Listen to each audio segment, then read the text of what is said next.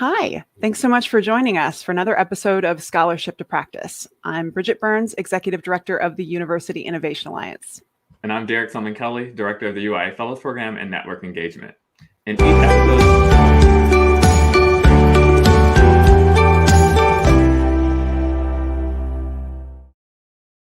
Gotcha. In each episode of Scholarship to Practice, we bring you a short conversation with scholars and researchers whose insights and learning can enhance the work of student success practitioners day to day. Well, and as you might know from past episodes, we generally think that there are things that are known that we need to talk about in the field where there's actual research and scholarship.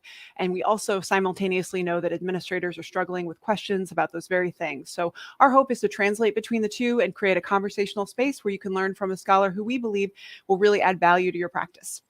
And So today, that's why we call it. Yeah, thanks, Bridget. And so today we're joined by Dr. Bryan Brayboy of Arizona State University. His research focuses on race and diversity in higher education and the experiences of indigenous students, staff, and faculty in institutions of higher ed. Dr. Brayboy, welcome to Scholarship Practice. Thanks for having me. Thrilled to be here with you all. It's very exciting for us.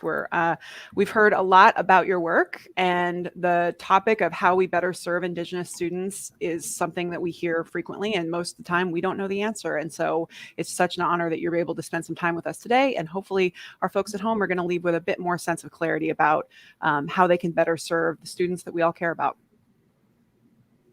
Great. So the first question that we wanted to talk to you about is you're an enrolled member of the Lumbee Nation. You're a scholar of Indigenous people in higher education and an administrative leader at Arizona State who is leading work to support Indigenous students at ASU, but you also do a lot more and to advance Indigenous education. Can you tell us what misunderstandings might exist related to Indigenous students in higher education?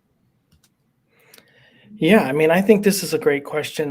For me, there's a whole bunch of things that we should be thinking about. Let me try to address just a few of them. One is that we exist in college. I think that there is an absence and invisibility that I think becomes really important. So the big point is, are we here? And the answer is decidedly yes, we're here. I think there's another big push about this that people have more broadly, which is, well, all of the financial needs are being taken care of because if there are Native people in higher ed, they get free tuition or it's all paid for, which actually isn't true. It's actually the primary barrier for Native students being successful in higher ed is fundamentally about finances. And there's a whole variety of reasons for this. There's a history around this. I think the other big misunderstanding is that making a transition from a tribal community to a university should be as easy as it is for other groups who may be coming to higher ed. And I think the transition, the history, when we start to think about that, ends up making it much more complicated. So finances, our presence and visibility, and the transition for me are the three big pieces here. That's super helpful, and it sounds a lot like the students we've been thinking about at the UIA. And so I'm wondering or at least I imagine that there are lots of things that colleges and universities are doing that they think are in service of Native students. I'm wondering if you can give us any examples that may think to be of in service, but may be missing the mark. Yeah, let me give you maybe two and start with one that seems to have taken off really across a country. And if you think about UIA in particular with land grants, this becomes really important.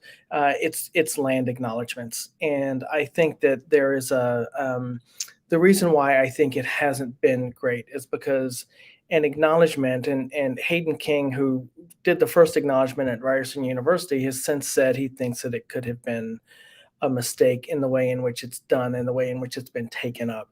Land acknowledgements are fundamentally when universities begin to say, we are on the ancestral homelands of whatever tribal nation that they're on. And it creates a couple of issues. One is, for many of us, it feels performative. That is, it's just a performance. It happens at the very beginning of a conference or at the beginning of a meeting, or it's on the website. And then there's no other mention of Indigenous peoples.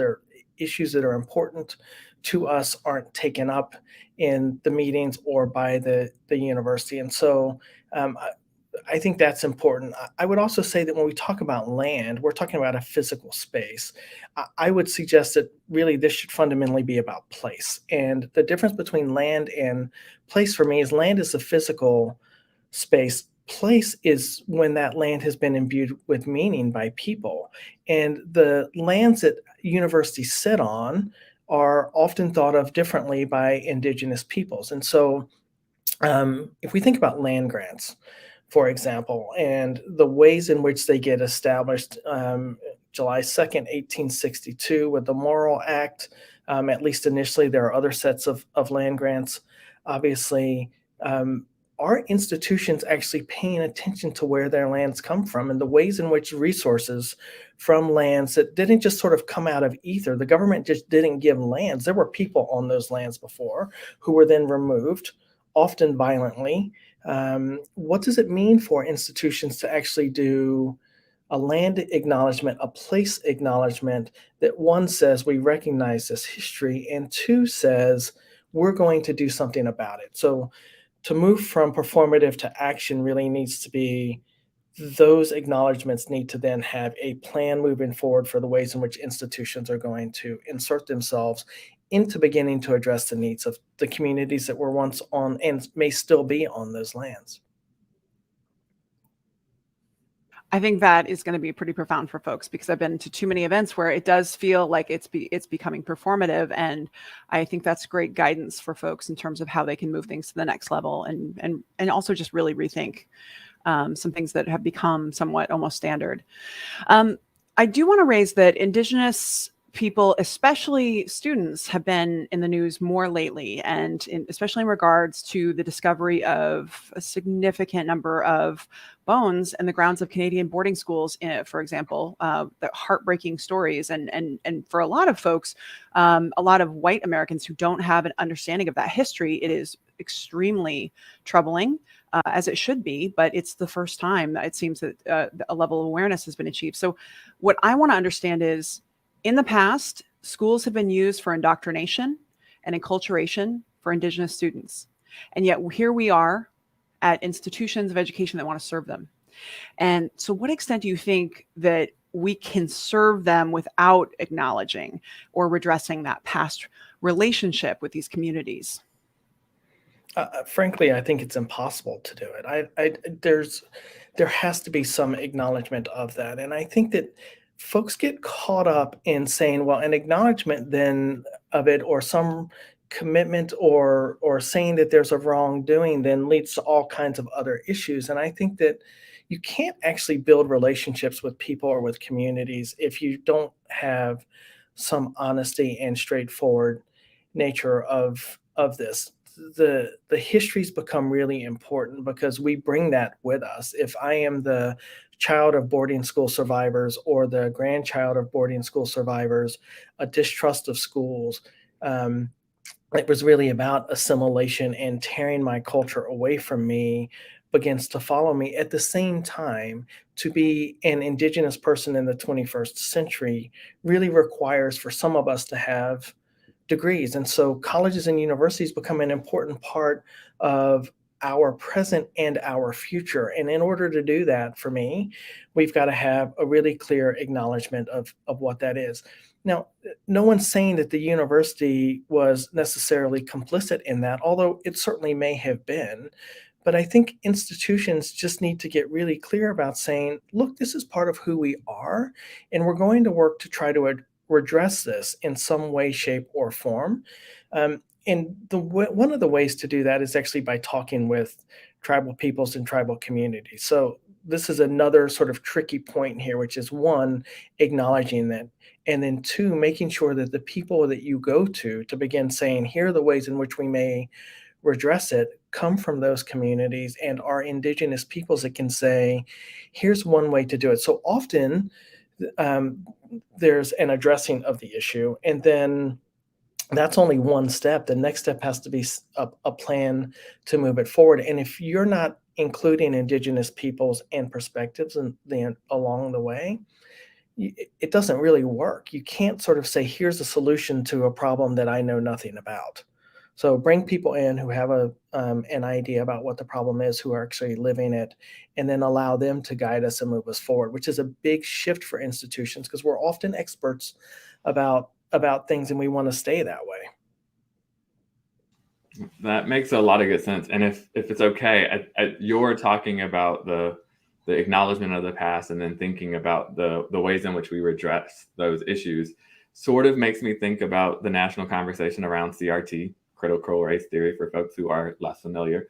And you are not just a scholar of indigenous folks in higher education, but also a scholar of race and diversity in higher ed. And so I'm wondering, from your perspective, what you think folks are getting right and wrong in this conversation, or at least talking about CRT.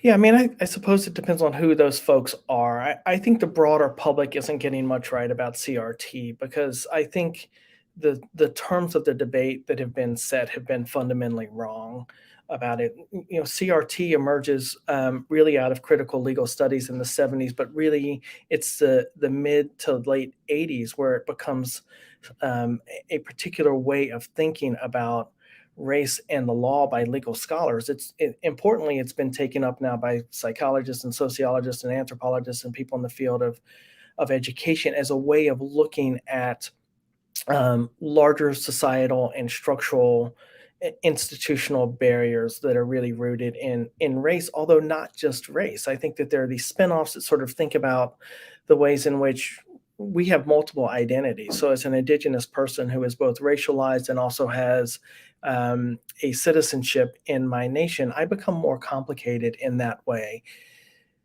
I also feel like, and this goes back to this previous question around history, I think we've not done a good job about really being clear about civics education and where we are as a country in the role of race and racism in our country. If we think about the Declaration of Independence and the Constitution, right? Those are aspirational documents and they are in process. We wouldn't actually have amendments if we didn't think that there was a need to be able to continue to address them. So I think people feel like CRT, the other big piece for me, let me just say, is that I think that people have taken up CRT to be some way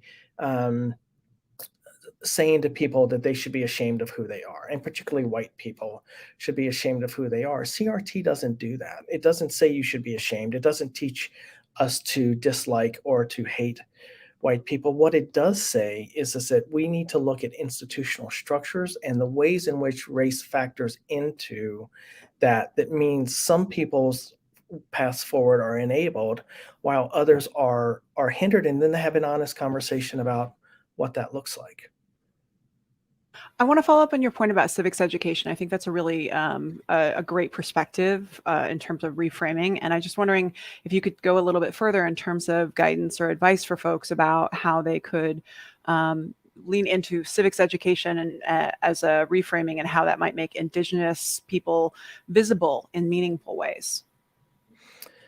Well, I mean, in some ways, it starts with history, and it starts with the ways in which the U.S. government functions. If we have a really historical point of view on this, if we look at the way in which our government, the U.S. government, was structured, there's really clear evidence that Franklin, for example, borrowed from Haudenosaunee people, Six Nations, Iroquois Confederacy peoples, about having representatives in the legislature really being guided by courts and other executives. So really getting a clear sense about, one, what are the histories of setup? I think if just fundamentally knowing that there are indigenous ideals and principles really rooted in these founding documents and the structure, the ways in which our government starts, brings indigenous people really to the fore to say there was brilliance here actually before the U.S. started.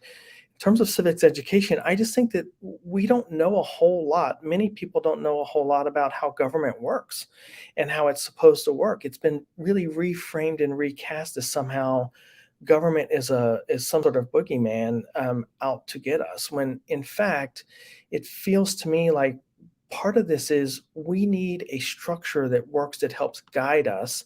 And there are policies and processes for how we get things through that are intended to be able to represent people as individuals and people as groups. And fundamentally, that's what a democracy is supposed to do. So I think we reframe this and move it away from um, conversations about who should be ashamed or who isn't, and move it away in some way and move it towards actually thinking about rights and responsibilities as being connected, because there is a heavy emphasis on rights right now and individual rights.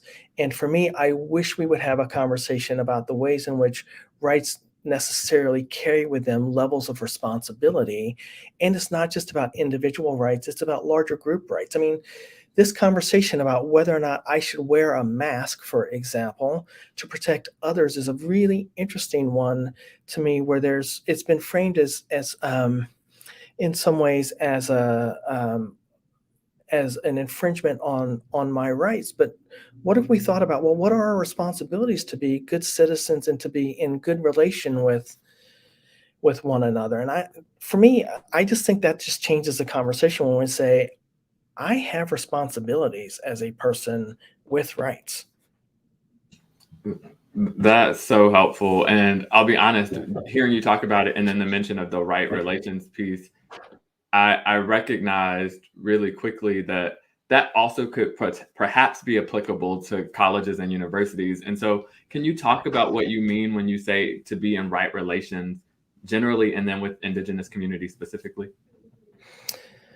Yeah, this is so important, and I would just say it's not just about institutions. I think this is, for me, it gets to the previous question, and it gets to how I think we should be as human beings more broadly. But what does it mean to be in right relations? And so, if we are in relationship with one another, then we are necessarily responsible to each other. This is really for me, it's the way I think about indigenous knowledge systems and indigenous ways of being. So relationality means there's a level of responsibility. And if we are then, if I am responsible for you, then I think that the question for institutions of higher education to be in right relations, if I'm on your land, if I am borrowing from your ways of knowing, if I am borrowing from your resources, then I have a responsibility to you. And so to be in good relation means, one, I acknowledge the fact that there were peoples here before who were actually brilliant and brought things that I'm borrowing. I mean, it's one simple way of thinking about this is actually place names, where those names come from, and being able to acknowledge that. But I think for land grants, if I think about UIA, if I think about other places, even some institutions like my own, Arizona State University, which isn't a land grant, but certainly benefited from lands that were set aside by the state.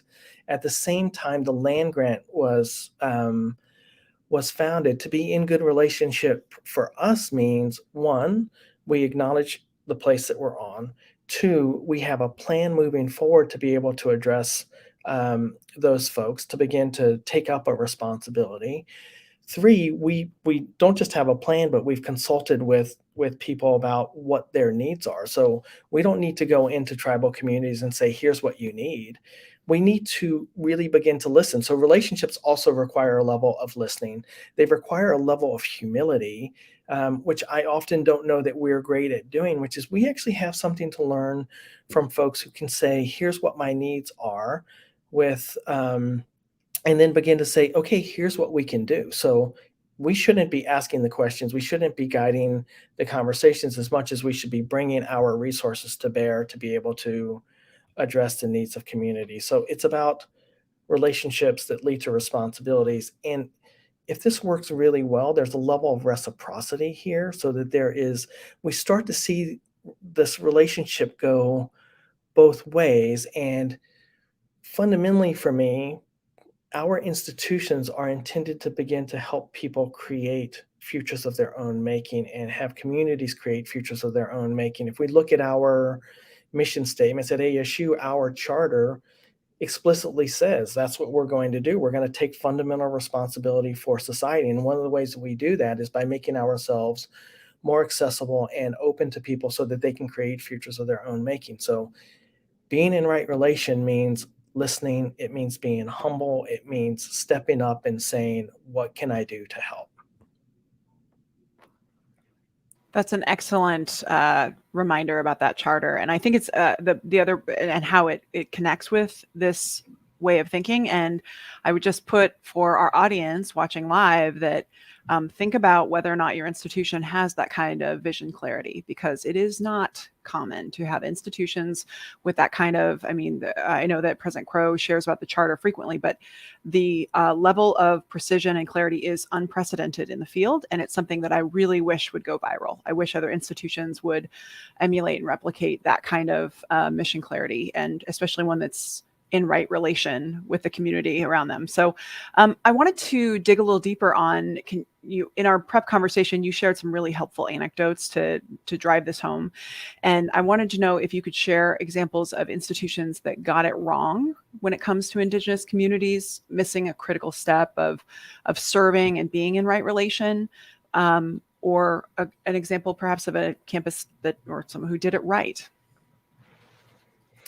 Yeah, sure. I think that there are a few of us that actually get it right. I should just say that I think that this is always about figuring out ways to do better and to understand. I want to be really clear. I think making mistakes is actually really important. And I think institutions should be able to make mistakes and then say we're going to address them. Um, there is I'll give you a couple of examples, and my intent here isn't to actually to pick on these institutions, because I think that there are 100 examples, but they're ones that I know a bit about. So I was formerly a faculty member at the University of Utah. There was above Utah, up on the bench, there is a fort called Fort Douglas that at one point was put there and stationed the U.S. Army to do two things: is to keep an eye on the Indians and the Mormons, or members of the Church of Latter-day Saints. And so it was really about surveillance. It's a place where there are native bodies that are buried up there.